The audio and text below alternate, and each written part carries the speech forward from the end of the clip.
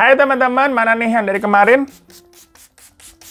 Minta teman cerita lagi begitu. Katanya 2 kali sehari bang, 7 kali seminggu. Ya Allah, teman cerita apa gimana? Atau apa makan obat? Mendingan kalau sering-sering mah kita skincarean itu bener harus sering. Sehari 2 kali, pagi sama malam. Nih kayak ini kan malam. Tadi pakai glossy tonernya, sekarang serumnya. Tuh, biar muka langsung auto glowing. Bukannya bikin video mulu, bukan glowing tapi tipes yang ada. Udah gini doang kelar cepet gengs. Kalau pakai skin kan mah cepet. Kalau kita kan bikin video ada acara nyari ceritanya tuh, baca email satu-satu, belum ngeditnya lama. Kalau ini mah cepet. Tuh gengs, praktis dan cepet banget kan pakai Miracle Glossy series ini. Kalau pakai ini mah sering-sering harus tiap hari. Kalau bisa sehari 2 kali bener. Bukannya bikin temen cerita sehari 2 kali yang ada tipes bukan glowing. Langsung aja ya, mau order klik link yang ada di bawah ini. Pakai kode vouchernya juga biar lebih murah. Dan kalau kalian mau jadi distributor, cepetan mumpul lagi ini Mira lagi buka open distributor. Kalian langsung aja DM ke Instagram mereka. So guys, di sini kita akan menceritakan sebuah kisah yang cukup mengejutkan karena ada sebuah rahasia yang akan terungkap dalam nanti nih akhir ceritanya. Udah deh, tapi langsung aja ya. Pasti kan udah pada nggak sabar nih pada nagihin teman cerita lagi gitu. Katanya disuruh 2 kali sehari, sampai ada yang bilang 7 kali seminggu. Mohon maaf, lu pada mau nyiksa gua apa gimana sih? Kadang-kadang ya komen kalian lebih horor daripada cerita-cerita di mari, heran gua. Nah, pokoknya cerita kali ini itu datang dari teman kita. Namanya Mbak Reksa, tapi kagak pakai dana. Jadi Reksa dana, pusing kita kan? Ngomongin investasi ekonomi apa cerita horor nih jadinya. Nah, sedikit aja background dari ceritanya Mbak Reksa. Kalau katanya sih dia lahirnya di Jakarta, tapi waktu udah besar nih, udah gede, memutuskan untuk kuliah di Jogja. Pokoknya sekitar tahun 2003 dia jadi maba lah di kampus di sana tuh. Dan di tahun 2004-nya, setahun setelahnya berarti ya, Reksa ini punya adik namanya Nawang. Cuma beda 1 tahun doang emang sama dia. Ikutan pergi tuh nyusul ke Jogja. Kuliahnya juga di universitas yang sama, namun fakultasnya sih berbeda. Pokoknya kalau Mbak Reksa ini ngambil jurusannya arsitek, kalau adiknya jurusan Pasar Minggu Blok M. Ya enggak dong, adiknya bukan Kopaja. Ngambilnya tuh adanya jurusan ekonomi. Nah, di Jogja ini ceritanya mereka ini tinggal bareng di rumah peninggalan eyang mereka. Ada di daerah Kota Baru Yogyakarta, namanya kita juga kurang tahu itu di mana. Jadi eyangnya itu memang sudah meninggal lama. Dan anak-anaknya, maksudnya kayak bapaknya si Reksa ya, itu kebanyakan sudah berkeluarga sendiri dan tinggalnya di luar Jogja. Lah, bapaknya aja kan tadi tinggalnya di Jakarta. Makanya awalnya rumahnya eyang ini itu dikontrakan sama orang. Dan berlangsung cukup lama, 6 tahun gengs dikontrakin. Tapi karena satu dan lain hal, yang kontrak itu memang tidak memperpanjang. Dan rumahnya jadi kosong sekitar 2 tahunan gitu gengs. Nah, setelah itu nih keluarga tuh sepakat buat menjadikan rumah eyang menjadi semacam usaha kos-kosan. Soalnya memang rumahnya lumayan besar, punya banyak kamar dan luas. Lokasinya juga strategis, deket jalan, dari kampus juga jaraknya deket, dan masuknya ke perumahan komplek orang elit katanya gengs. Kita curiga jangan-jangan ceritanya bukan cerita Mbak Reksa nih, cerita Siska Kol kan. Makanya tuh pas Reksa sama Nawang kebetulan tinggal di Jogja buat kuliah, kebeneran deh jadi ada yang bisa dimintain tolong buat ngurusin itu rumah. Sekalian buat mereka tinggalin juga biar irit biaya. Jadilah si Reksa sama Nawang itu di awal beberes nih, bersih-bersih berduaan doang di rumah segede itu. Waktu masuk aja si Reksa ini kelihatannya kesel banget karena ternyata pengontrak yang dulu tuh sebelum akhirnya rumahnya kosong itu katanya jorok banget gitu, nggak ngerawat. Bayangin aja semua keran pada agon cuma disumpel pakai kain doang. Lampu-lampu juga kayak pada dicopotin tuh bohlamnya, dibawa kabur. Kaca-kaca baik yang pecah, ubin-ubin retak. Ikan pasti empet banget yang punya rumah begitu ya. Kalau yang ngontrak tuh kagak jaga. Padahal dulu nih singet Reksa kalau dia kesana waktu eyangnya masih ada, rumahnya bagus, rapi begitu kan. Sekarang hancur kayak rumah hantu. Jadi inget cerita keluarganya Tiko kok begitu. Dulunya orang kaya gede gitu rumahnya, terus nggak dirawat jadinya serem. Nah, sampai akhirnya berjalan beberapa bulan, sembari kuliah nih, Reksa dan Nawang tetap tuh nyicil beres rumah. Jadi mandor juga dia ngawasin. Tukang-tukang pada ngecat, benerin genteng, benerin kaca, sampai ya rumahnya bagus lagi kayak rumahnya Tiko tuh, udah bagus kan sekarang, sering gitu. Dari situ pun usaha memulai kos-kosan pun dimulai. Sekalian belajar bisnis juga kan tuh, mengelola kos-kosan di rumah itu yang kira-kira punya sekitar 10 kamar, yang perlahan-lahan juga mulai terisi semua nih kamar-kamarnya karena lokasinya memang cakep, strategis. Halaman depannya juga cukup luas, yang akhirnya disewain juga untuk menjadi kayak semacam restoran jual-jual makanan. Dibangun dan di situ ada yang nyewa. Si penyewanya bangun semacam usaha restoran jualan pasta sama burger katanya tuh. Sampai sekitar 6 bulan setelah rumah eyang ini kembali beroperasi menjadi kos-kosan restoran, ada nih tahu-tahu salah satu penghuni kos di situ bernama Sally yang tiba-tiba kayak teriak histeris gengs. Ya karena suara teriakan itu langsung pada rame-rame dong. Dilihat nih ke kamarnya, si Sally kayak kondisinya membelalak gitu kayak melotot sambil kayak badannya gemeteran gitu, ketakutan banget kelihatannya. Akhirnya beberapa anak kos yang lain nih kumpul nih untuk menenangi Mbak Sally sambil kayak baca doa istighfar sel istighfar. Sementara si Nawang nih lari tuh ke musola tuh, yang letaknya memang nggak jauh-jauh banget dari rumah. Syukur yang saat itu ada marbot tuh, orang masjid, orang musola yang langsung datang dan bantu-bantu bacain si Sally biar lebih tenang. Setelah Sally terlihat mulai membaik, dia mulai bisa nih diajak bicara. Kenapa Mbak Sally?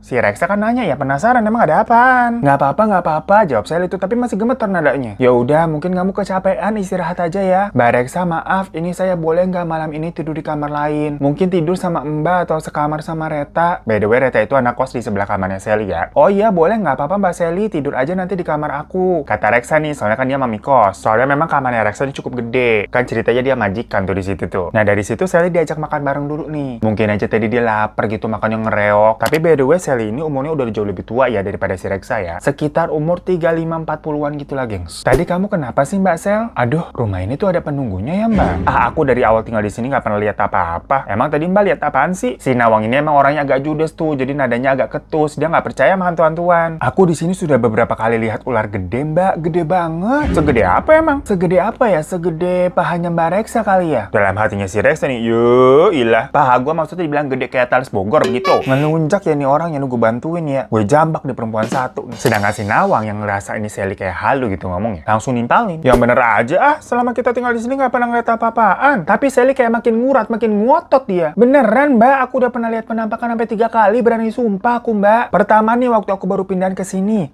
aku lihat seekor ular keluar dari atap plafon kamar. Terus kedua, waktu aku ke toilet dekat parkiran motor di belakang tuh, aku nih ngeliat ada orang tinggi banget Mbak, tapi rambutnya tuh sampai kaki. Tangannya juga panjang. Cuma ya aku langsung pergi pura-pura nggak lihat. Aku takut banget. Tapi aku yakin itu bukan manusia. Dan yang ketiga yang tadi tuh aku ngeliat ada ular lagi. Tapi di kepalanya sekarang ada rambutnya tuh warna putih Mbak. Makanya aku takut banget sampai teriak. Pokoknya Sally jadi ngegas gitu ceritanya ya. Si Nawang nih yang ngedenger cerita Sally, itu mukanya nggak bisa kekontrol karena dia emang nggak percaya kayak, masa sih? Sementara kalau Reksa itu kayak masih mempertanyakan, apa iya bener ya ceritanya Mbak Sally nih? Makanya Reksa nyuruh kayak, yaudah Mbak sholat aja Gi. Sebelum akhirnya mereka tidur tuh di kamarnya Reksa. Nah 1 minggu setelah kejadian itu, Reksa ini tahu-tahu udah jarang ngeliat Sally di kos-kosannya itu di rumahnya. Ya mungkin juga karena jadwalnya Reksa selalu bentrok ya, kan dia gimana pun juga kuliah. Tapi beberapa kali Reksa ini tuh mencoba kok ngetok kamarnya si Sally untuk memastikan keadaannya. Tapi kamarnya kayak selalu kosong gitu gengs. Ya nggak tahu ada orangnya apa nggak, soalnya dikunci, kordennya juga ditutup. Dan para penghuni kos lain pas ditanyain, itu juga pada bilang, iya kita nggak pernah ngeliat Sally lagi tuh, nggak tahu Mbak di mana. Dicoba telepon nggak diangkat-angkat, di SMS nggak dibalas. Mungkin si Sally di sana tuh lagi nyanyi ya. Kamu calling, aku lagi pusing. Kamu miss call aku lagi dongkol. Please deh aku jenuh dengan rayumu. Please deh aku jenuh. Tahu nggak lagu apa tuh, komen di bawah ya. Nah si Reksa jadi berpikir, oh mungkin ya udah si Sally emang lagi pergi aja atau pulang kampung ke rumahnya. Nggak ambil pusing lah pokoknya dia. Nggak lama dari situ ya, penyewa halaman depan yang tadi dijadiin restoran, ada deh namanya Tante Nike. Tiba-tiba bilang mau putus kontrak. Katanya dia mau pindah, itu ada di Jalan Kaliurang, ruko disewain lebih rame di situ. Ya Reksa cukup agak kaget mendengar hal itu. Mengingat restorannya Tante Nike nih, itu dilihat-lihat rame-rame aja kok, maksudnya normal. Bahkan kalau weekend bukanya sampai jam 1 pagi, soalnya selalu ada pengunjung. Maksudnya mau pindah nyari rame yang gimana lagi sih? Masalahnya lagi nih, kontrak di situ tuh masih berjalan 5 bulan lagi. Kalau misalkan putus kontrak, uangnya angus, apa kagak sayang tuh tante? Makanya si Reksa berusaha nanya, alasannya kenapa sih? Tapi si tantenya bilang, udah nggak apa-apa ya, angusin aja udah. Soalnya emang tante mau nyari tempat yang lebih strategis Mbak Reksa. Namun kan tetap aja si Reksa ngerasa ada aneh nih kayaknya nih. Jadi pelan-pelan sama Reksa tetap ditanya tuh, duh Tan sebenarnya ada apa sih? Apa coba yang bikin tante nggak nyaman? Cerita-cerita udah nggak apa-apa yuk cerita. Ya namanya mama dipancung-pancung begitu ya. Akhirnya mah cerita juga. Jadi gini Mbak Reksa, katanya begitu. Saya nggak ada maksud apa-apa nih. Bener deh Mbak, ya. Cuma pengen jualan aja saya, cuma pengen laku. Ya Reksa kan dibilangin begitu tetap nggak paham ya, maksudnya gimana Tante? Iya Mbak Reksa, jadi selama saya buka restoran di sini, Tante tuh merasa banyak kejadian aneh. Pertama ya, biasanya nih jam 7 pagi, ada karyawan Tante yang siap-siap untuk masak tuh. Masak nasi pakai rice cooker dan nyiapin makanan lain kayak daging atau sayuran. Tapi pas resto buka nih sekitar jam 10 biasanya Tante buka, nasinya itu jadi kuning dan keras. Kayak nasi udah lama gitu Mbak, lah kan baru dimasak tadi. Terus maaf-maaf aja ini Mbak ya, baunya tuh aneh banget kayak bau kotoran manusia. Udah gitu, daging dan sayuran yang padahal ditaruh di freezer, pas diolah nih, masa tiba-tiba bau kayak daging busuk? Lah orang itu daging masih fresh. Sampai akhirnya Tante sendiri dan beberapa pelayan restoran itu suka melihat penampakan makhluk tinggi banget.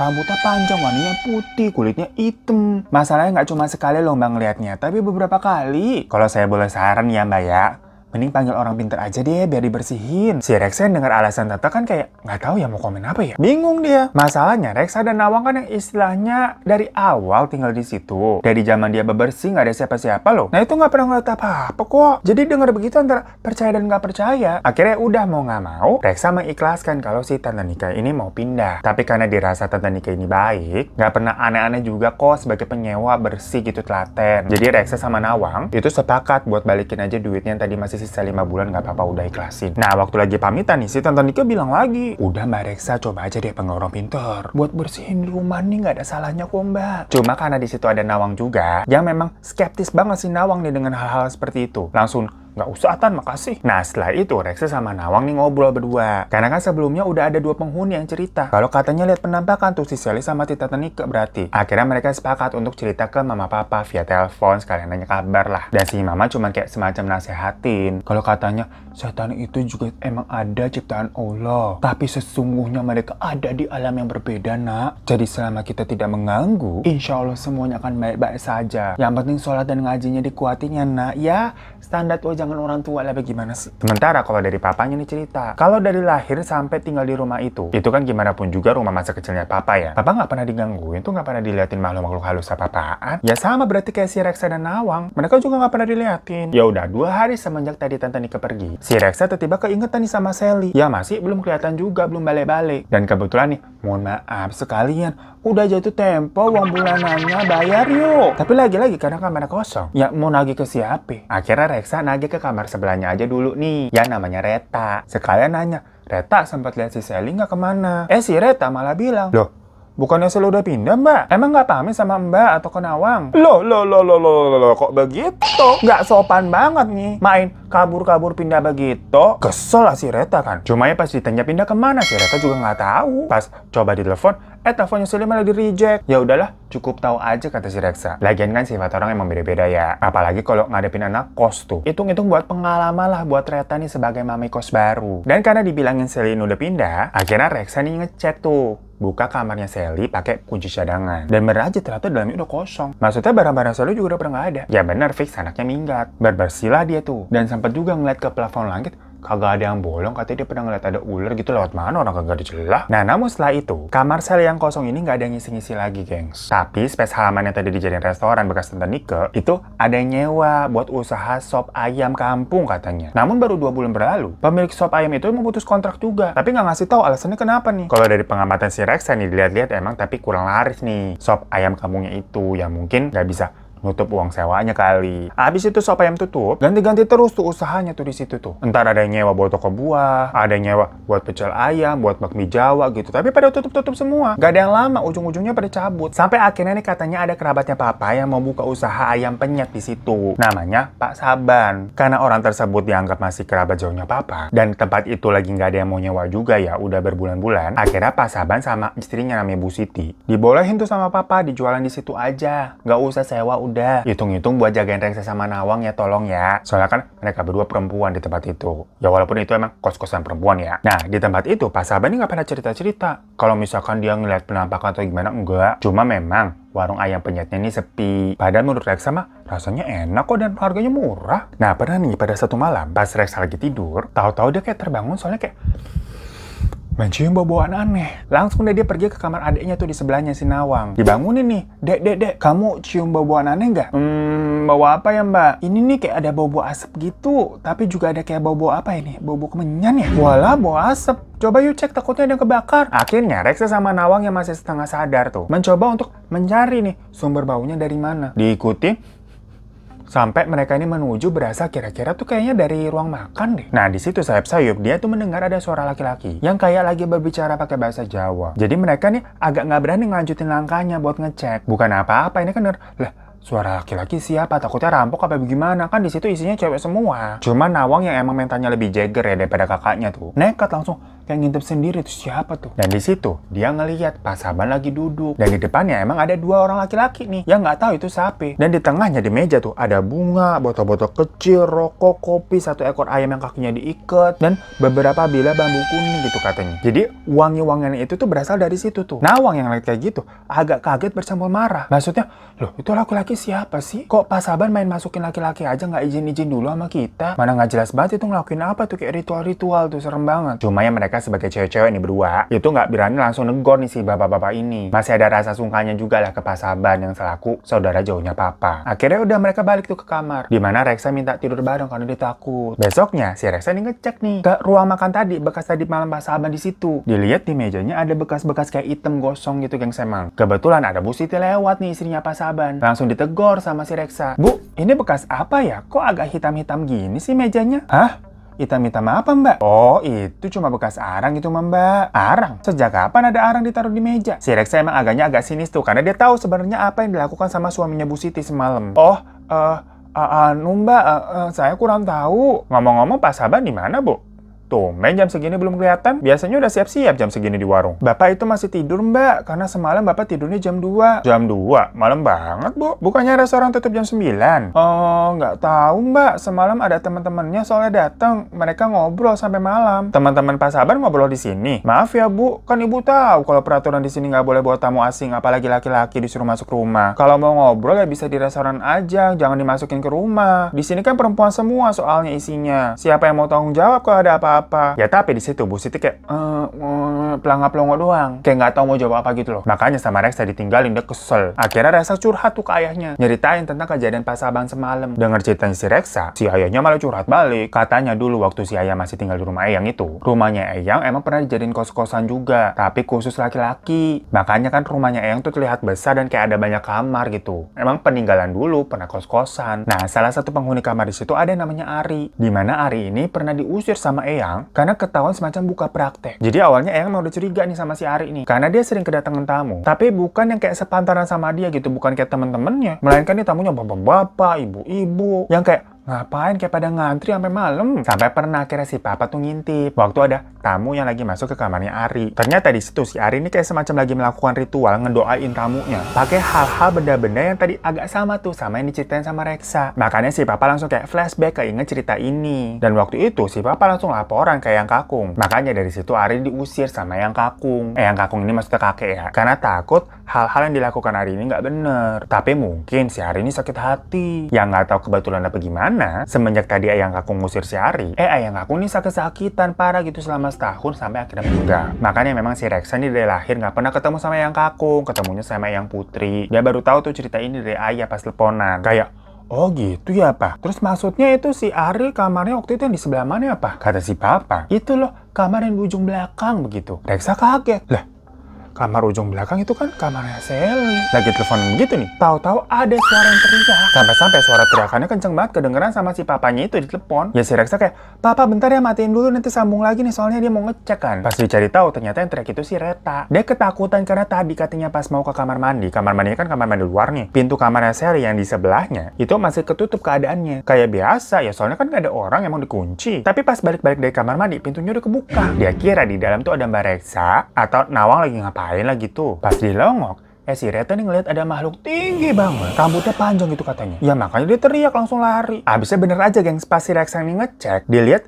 bener loh pintu kamarnya Sally emang kebuka. Pada posisi terakhir seingat dia tuh pintu selalu dikunci, orang nggak ada orangnya kan biar nggak ada yang bisa masuk. Setelah menenangkan Reta, papanya Reksa nelfon lagi, bukannya dia khawatir kan tadi suara teriak-teriakan kenapa. Ya diceritain lah masalah kamarnya si Sally itu yang tau-tau pintunya kebuka. Udah nih ya, malam harinya lagi-lagi si Reta nyium aroma-aroma kayak malam sebelumnya tuh. Udah curiga dong dia nih, Pak Saban berulah lagi nih. Ngajak Nawang nih dicek ke ruang makan, tapi ternyata nggak ada siapa-siapa. Diikuti nih sumber baunya yang menuntun mereka akhirnya ke arah restoran di depan tuh di halaman. Dimana itu padahal udah jam 1 malam, gengs. Reksa sama Nawang kayak, ngintip-ngintip gitu kan. Dan mereka nih melihat Pak Saban sama Bu Siti itu duduk hadap-hadapan nih. Duduknya di lantai pakai tikar. Yang di tengahnya ada kayak barang-barang ritual yang kayak mereka lihat tuh di meja makan kemarin. Cuma mungkin saking hebohnya ngintip gitu ya, mereka ketahuan. Karena Bu Siti emang sempat ngeliat tuh si Reksa sama si Nawang tuh di jendela. Dan Bu Siti langsung nyamperin mereka. Kok belum pada tidur? Tapi si Nawang yang emang pondasinya udah jutek ya, langsung kayak ngelabrak tuh. Meskipun Bu Siti ini umurnya lebih tua. Kesel dia kayak, ngapain kalian? Ngelakuin apa pakai benda-benda kayak begitu? Cuma jawaban Pak Saban kayak menyepelekan banget. Masa dia bilang,